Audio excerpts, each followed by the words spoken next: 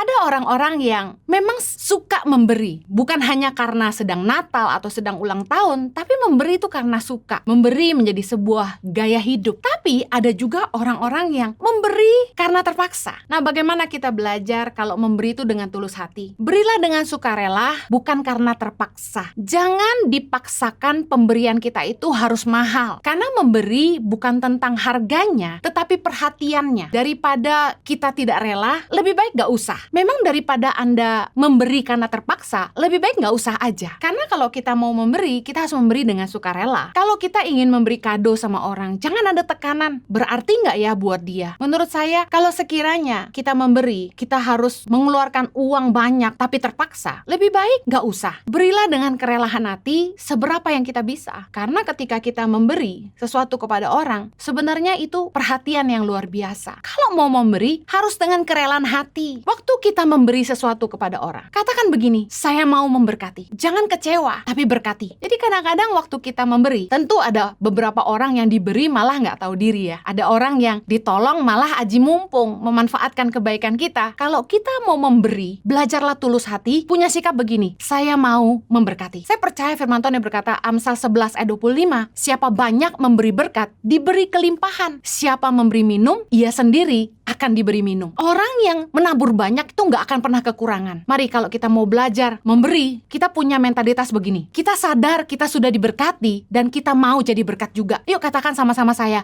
sudah diberkati dan saya mau jadi berkat.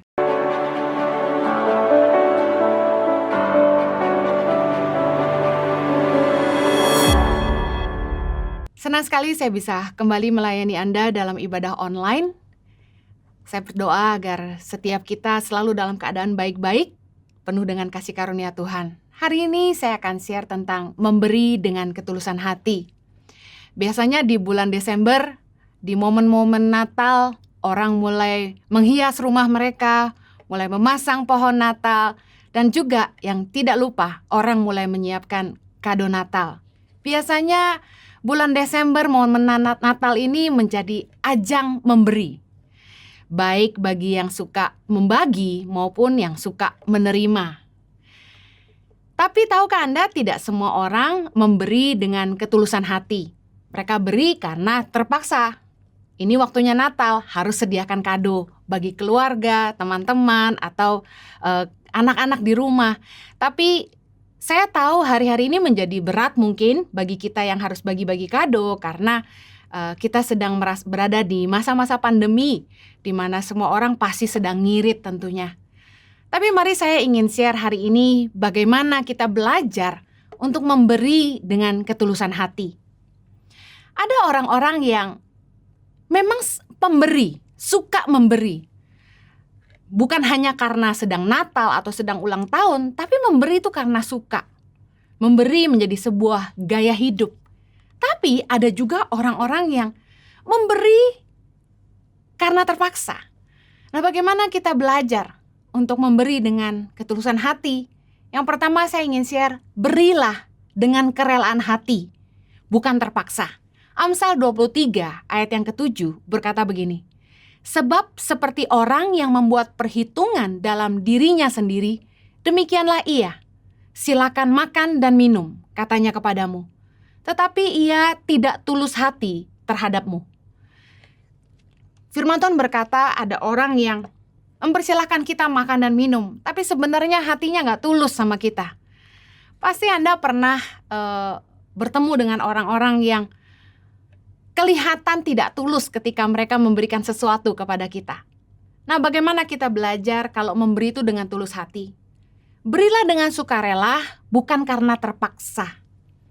Jangan dipaksakan pemberian kita itu harus mahal. Karena memberi bukan tentang harganya, tetapi perhatiannya. Dan yang menerima juga harus belajar menghargai. Jangan bilang, kok segitu aja. Saya mau bilang begini, daripada kita tidak rela, lebih baik gak usah.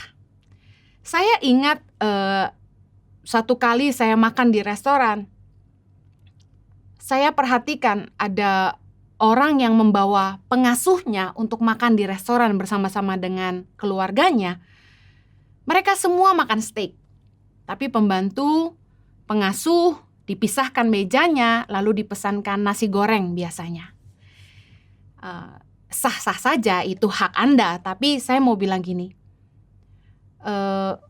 memang kelihatannya kok keluarga ini membedakan.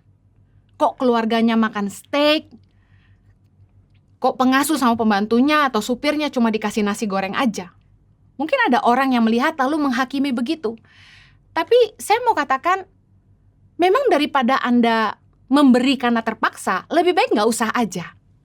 Karena kalau kita mau memberi, kita harus memberi dengan sukarela. Kalau saya, lebih baik nggak usah diajak aja. Kalau kita mau mengajak orang makan sama-sama, kalau kita nggak mau membedakan, misalnya harga steak terlalu mahal, ya sudah, semua nggak ada yang makan steak, biar adil semuanya. Tapi kalau kita sudah niat ngajak orang makan sama-sama, ya kita harus berani bayar harganya. Kalau kita ingin memberi kado sama orang, jangan ada tekanan. Berarti nggak ya buat dia? Menurut saya, kalau sekiranya kita memberi, kita harus mengeluarkan uang banyak, tapi terpaksa, lebih baik nggak usah. Berilah dengan kerelaan hati seberapa yang kita bisa. Karena ketika kita memberi sesuatu kepada orang, sebenarnya itu perhatian yang luar biasa. Nah, saya juga mau encourage buat saudara yang terima pemberian dari orang lain. Yuk, jangan mata duitan juga.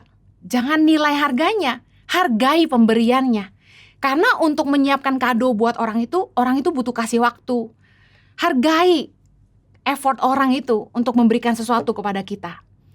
2 Korintus 9 ayat ke-7 bilang gini, hendaklah masing-masing memberikan menurut kerelaan hatinya. Jangan dengan sedih hati atau karena paksaan. Sebab Allah mengasihi orang yang memberi dengan sukacita. Kalau mau memberi, berilah dengan sukacita. Jangan terpaksa. Harus dengan kerelaan hati. Waktu kita memberi sesuatu kepada orang, katakan begini, saya mau memberkati. Saya memberi karena saya mau memberkati. Kadang ada orang yang kita beri itu malah gak tahu diri. Saya mau katakan begini, jangan kecewa, tapi berkati. Saya punya pengalaman menolong teman yang susah. Nah, biasa di masa pandemi ini, kalau ada teman-teman yang kesusahan, mereka mulai bikin bisnis makanan. Nah, biasa mereka suka menawarkan di WA. Nah, kita coba bantu.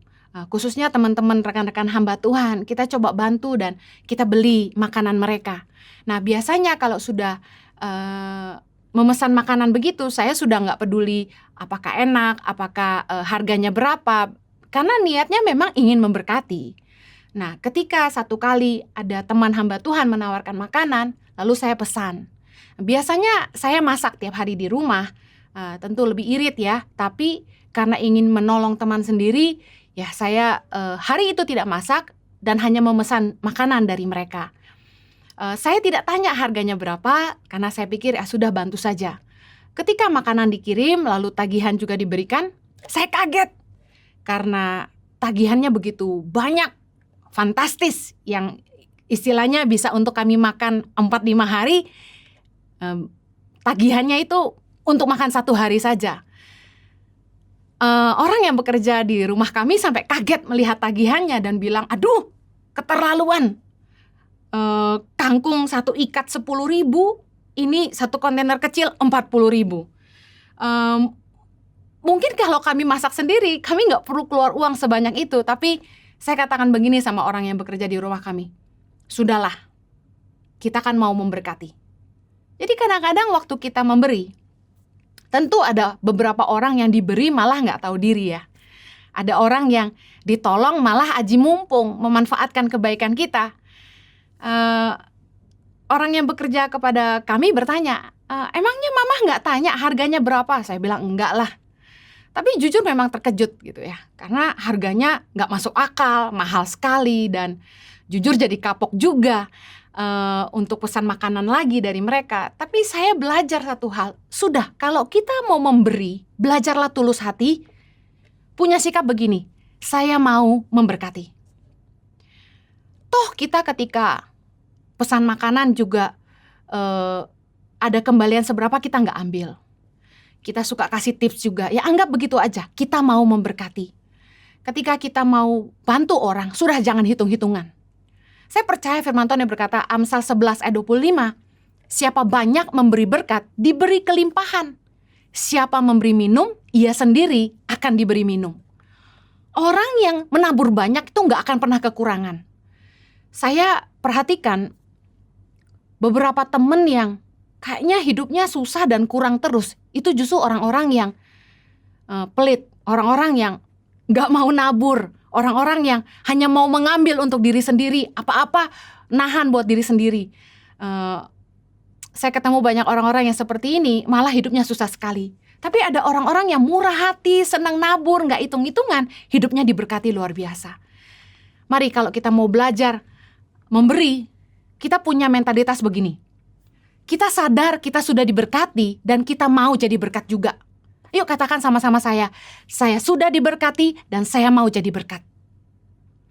2 Korintus 9 ayat 8. Dan Allah sanggup melimpahkan segala kasih karunia kepada kamu, supaya kamu senantiasa berkecukupan di dalam segala sesuatu, dan malah berkelebihan di dalam pelbagai kebajikan. Seperti ada tertulis, ia membagi-bagikan, ia memberikan kepada orang miskin, kebenarannya tetap untuk selama-lamanya. Saya percaya Tuhanlah yang melimpahkan kasih karunia-Nya kepada kita, sehingga kita berkecukupan di dalam segala sesuatu. Malahan kita berkelebihan di dalam pelbagai kebajikan. Ketika kita mampu memberkati orang lain, saya percaya itu kemurahan Tuhan. Kalau kita punya lebih, ayo berbagi. Belajar memberi dengan ketulusan hati.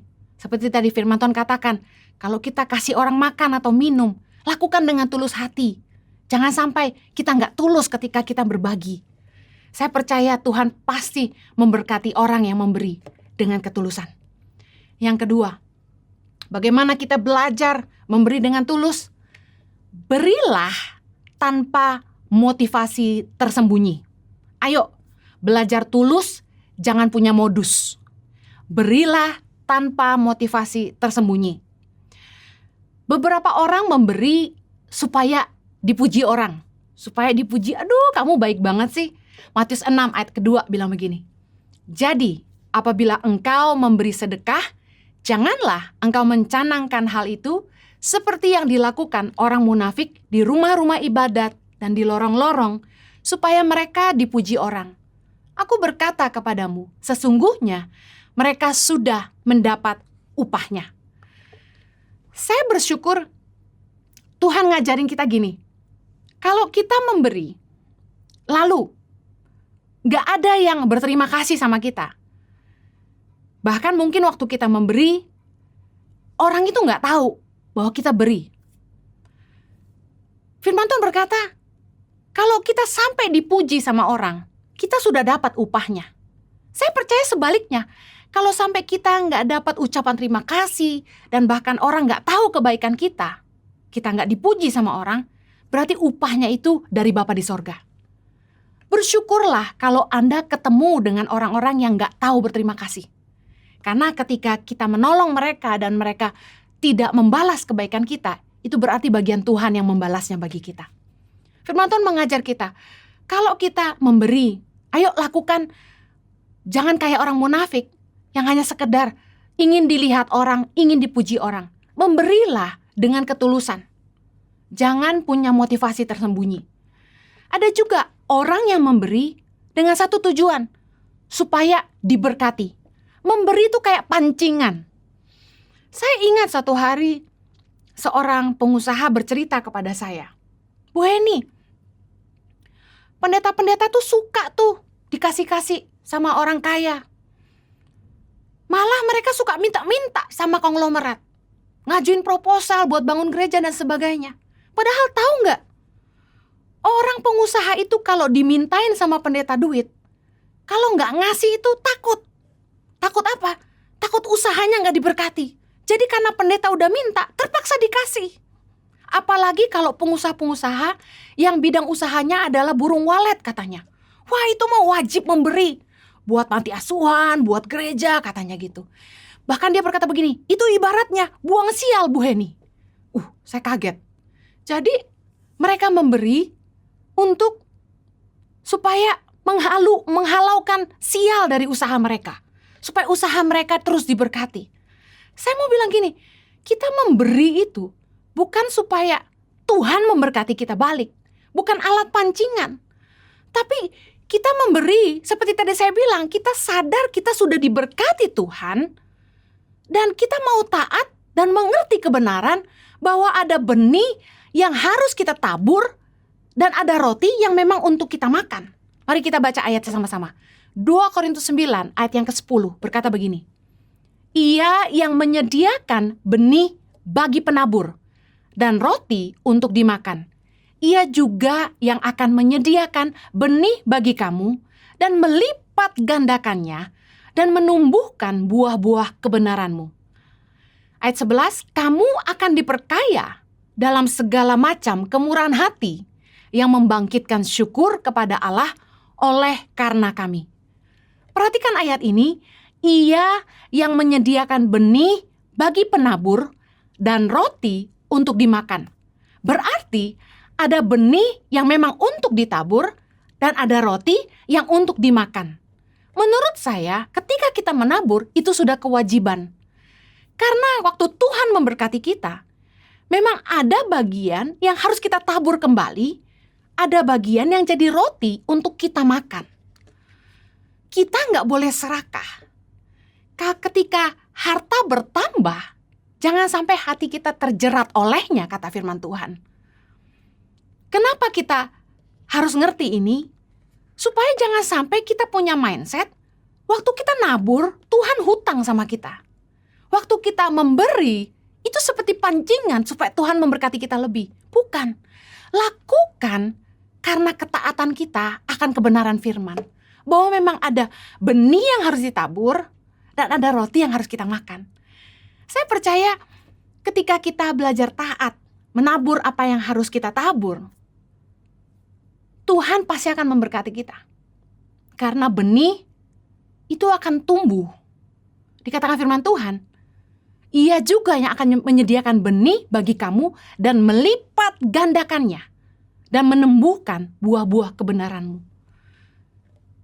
Ketika kita bisa nabur, saya percaya yang memampukan itu, yang memberikan benih itu adalah Tuhan. Jadi ketika kita menabur, untuk apapun, untuk siapapun, kita harus sadar itu bukan kita. Itu titipan benih dari Tuhan yang harus kita salurkan. Saya satu hari ditelepon oleh salah satu orang yang mengikuti khotbah di YouTube saya.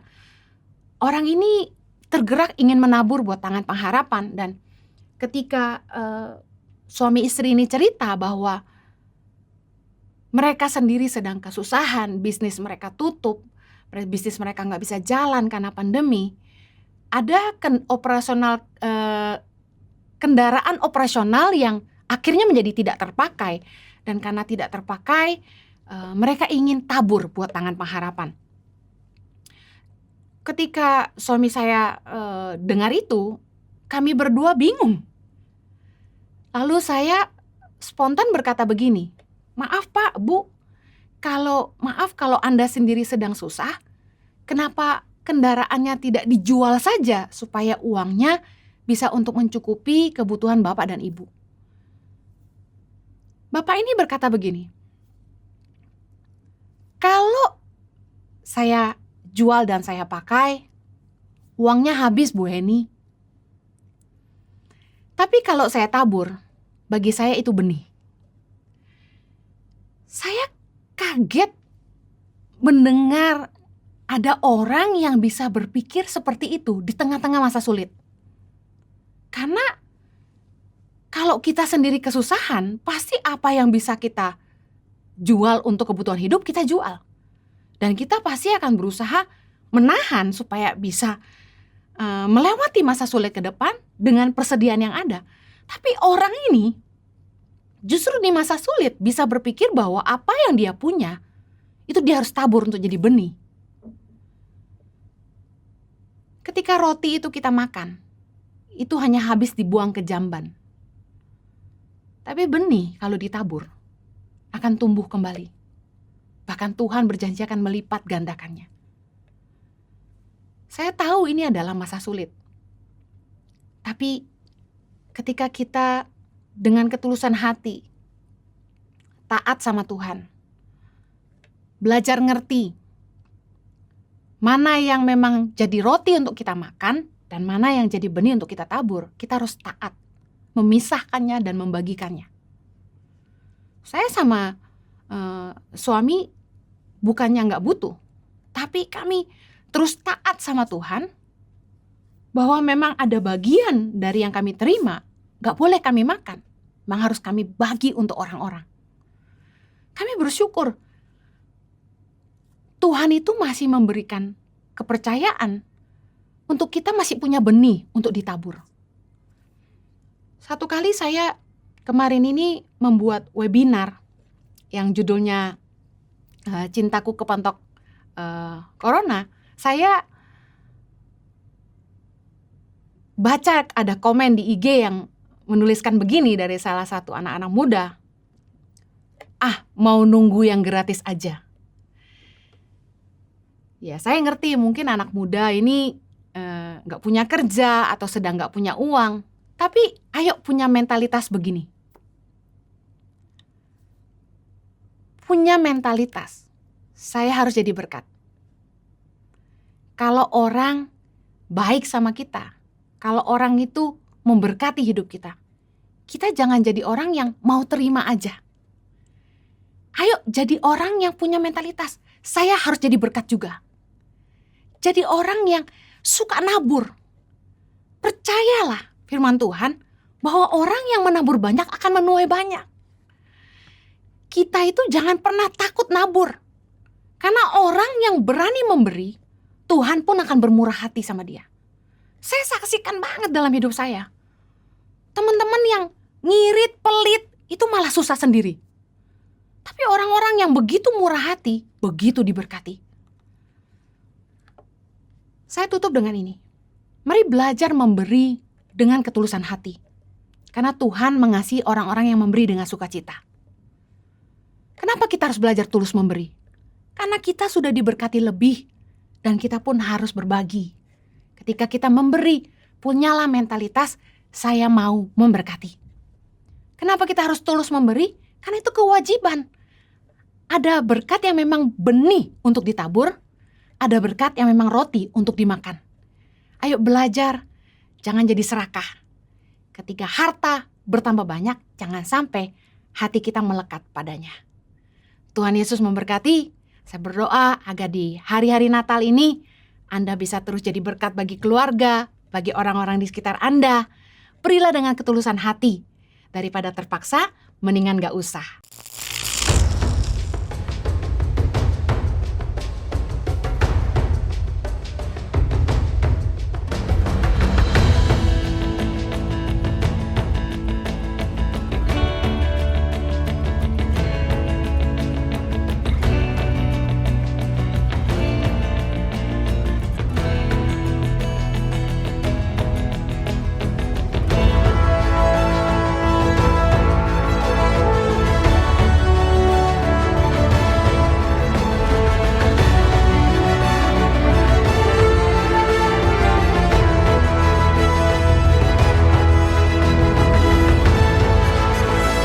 Suka duka, perjuangan guru tangan pengharapan dalam membangun pendidikan di pedalaman Indonesia.